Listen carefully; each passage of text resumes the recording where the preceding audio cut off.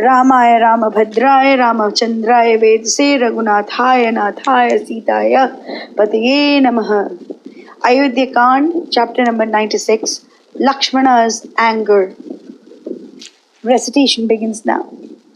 Having taken Sita through the loveliest prospects around the Mandakini, Rama sat himself on the hill slope and said, Sita, this is pure fruit for you and wholesome.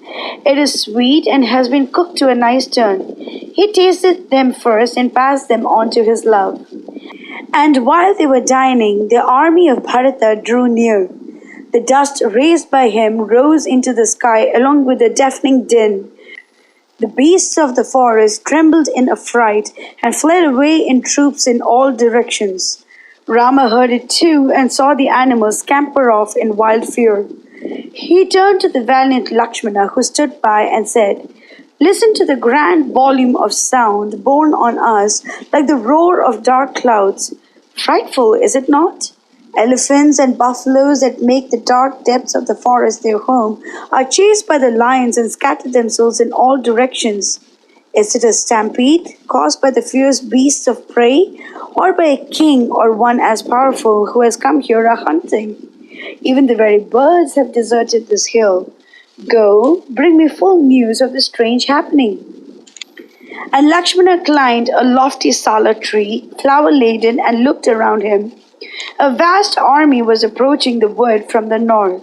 At once he cried out to Rama, Brother, put out the fires. They will track us by the smoke. Lead Sita into the cave and arm yourself quick. Boy, said Rama, can you guess whom they follow?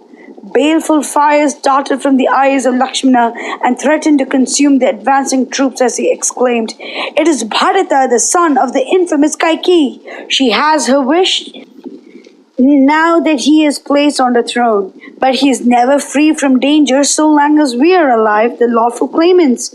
I believe he comes our wild retreat to slay us and rule over Koshala, free from care and anxiety. Behold the spreading Kovidhara flag that waves over his chariot. Countless bands proceed there gaily on fleet horses and huge elephants.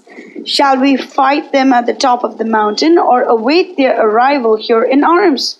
That Kovidhara flag shall be ours in today's battle. At last I have set my eyes on the wicked wretch Bharatha, who has worked all this woe to Sita, to you, and to myself, and to this whole world.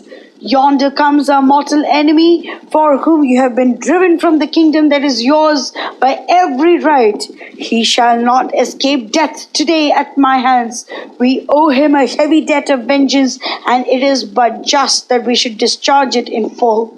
It is no sin to kill him, no cruelty. Nay, the whole world will come under your happy sway if you kill that miserable sinner that has so wantonly outraged Dharma. Was it not Kaikeyi that wrought all this wickedness only to secure the crown to her precious son?